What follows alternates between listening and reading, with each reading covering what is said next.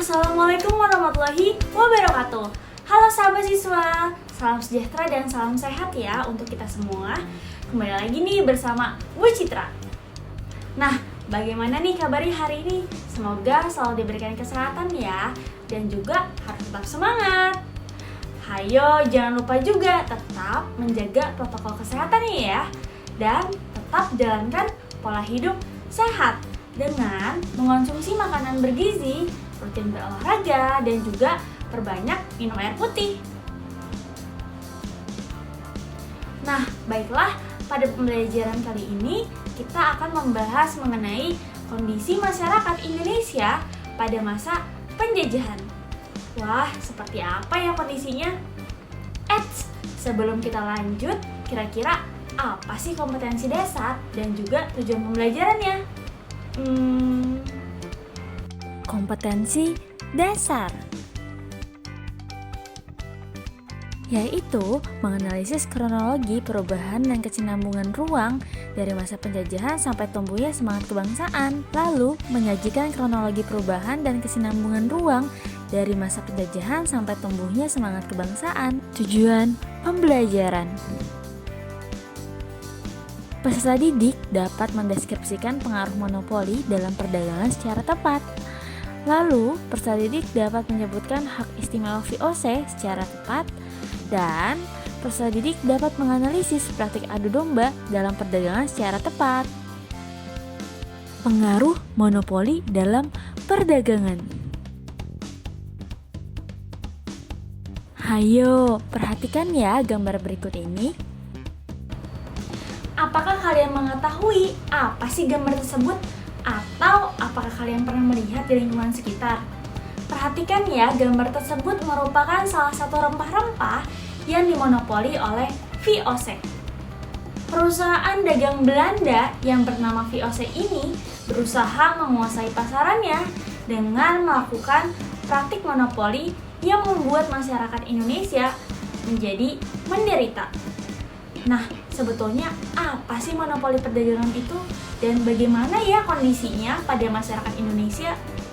Untuk lebih jelasnya, tetap disimak ya dan harus tetap fokus.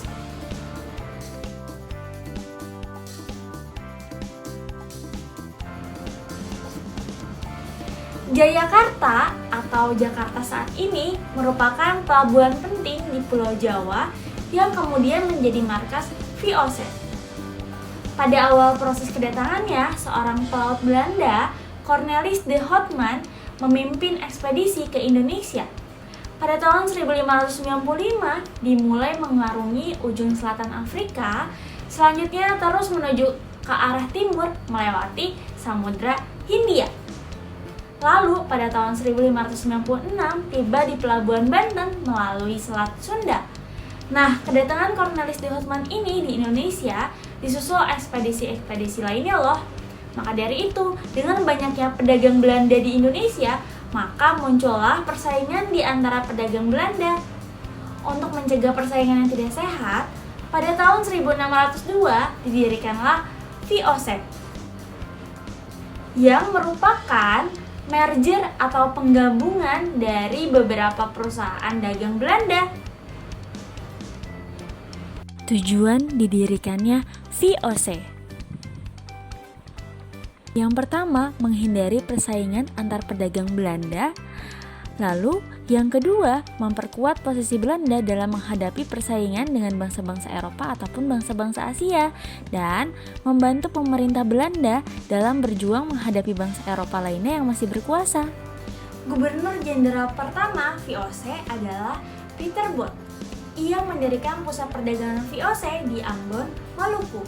Namun, kemudian pusat dagang dipindahkan ke Jayakarta karena VOC memandang bahwa Pulau Jawa lebih strategis sebagai lalu lintas perdagangan. Nah, selain itu, Belanda ingin menyingkirkan saingannya yaitu Portugis di Malaka. Pangeran Jayawikarta atau penguasa bagian wilayah Banten ini memberi izin kepada VOC untuk mendirikan kantor dagang di Jayakarta. Selain memberikan izin kepada VOC, ternyata Pangeran Jayawikarta ini juga memberikan izin pendirian kantor dagang kepada Persekutuan Dagang milik Inggris yang kemudian diberi nama EIJ atau East Indian Company. Kebijakan ini tentunya membuat Belanda merasa tidak menyukai Pangeran Jayawikarta ya. Nah, Gubernur Jenderal VOC pada saat itu membujuk penguasa Kerajaan Banten untuk memecat Pangeran Jayawikarta loh.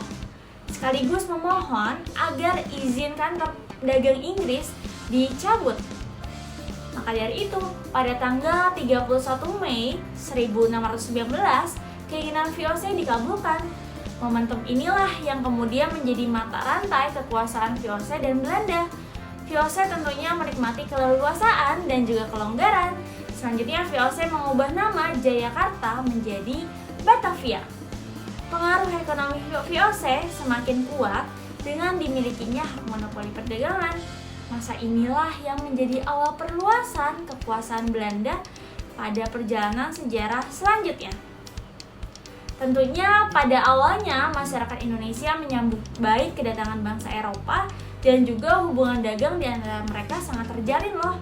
Tetapi ternyata bangsa Eropa dan VOC berusaha memperoleh kekuasaan yang lebih dari sekedar hubungan dagang. Mereka menguasai masyarakat Indonesia dan menjajah.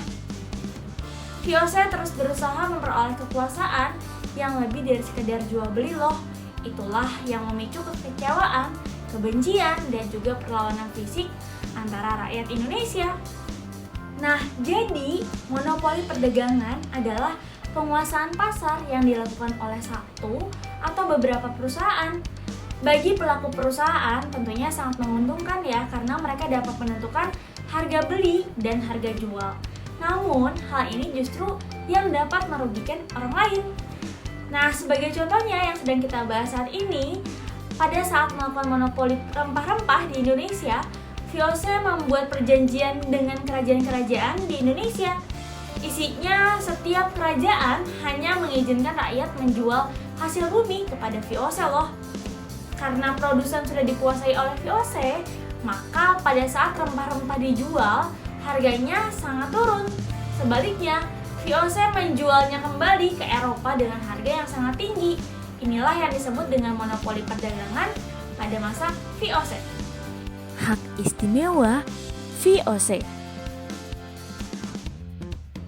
Agar VOC bisa melaksanakan tugas-tugasnya dengan leluasa, maka pemerintah Belanda ini memberikan VOC berupa hak-hak istimewa yang disebut dengan hak oktrooi. Hak oktrooi atau hak istimewa yang isinya sebagai berikut. Yang pertama, hak mencetak uang. Yang kedua, hak memiliki angkatan perang. Selanjutnya, hak memerintah daerah yang diduduki. Lalu, hak melakukan perjanjian dengan raja-raja. Dan yang kelima, hak memonopoli perdagangan rempah-rempah. Nah, tentu kalian pasti bertanya-tanya nih, mengapa sih kerajaan-kerajaan di Indonesia membiarkan VOC memonopoli perdagangan? Semua itu terjadi karena keterpaksaan ya. Belanda memaksa kerajaan-kerajaan di Indonesia untuk menandatangani kontrak monopoli dengan berbagai cara. Salah satu caranya adalah politik adu domba atau dikenal dengan sebutan divide et impera. Praktik adu domba. Nah, siapa sih yang diadu domba? Adu domba yang dilakukan Belanda dapat terjadi terhadap kerajaan yang satu dengan kerajaan yang lain atau antar pejabat kerajaan. Apa sih tujuan Belanda melakukan adu domba ini? Tentunya Belanda berharap akan terjadinya permusuhan antar bangsa Indonesia sehingga terjadi perang antar kerajaan loh. Belanda juga terlibat dalam konflik internal yang terjadi pada kerajaan.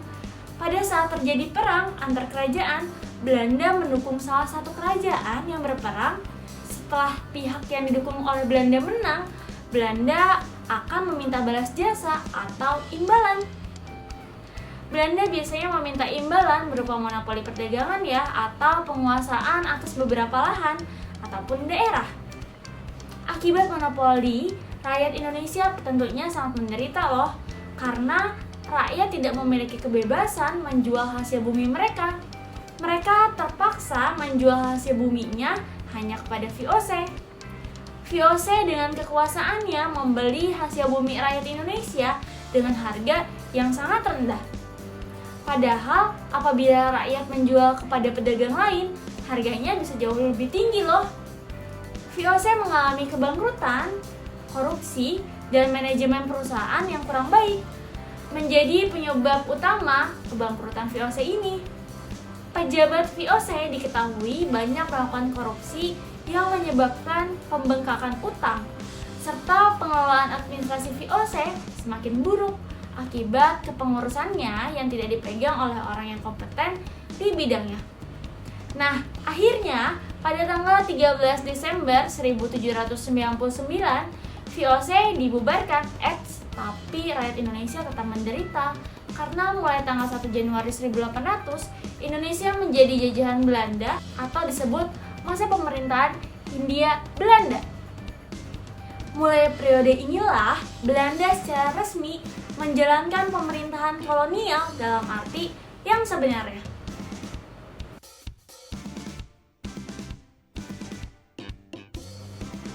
Nah, bagaimana? Masih ada yang bingung tidak mengenai kondisi masyarakat Indonesia pada masa penjajahan, khususnya pada praktik adu domba dan monopoli perdagangan?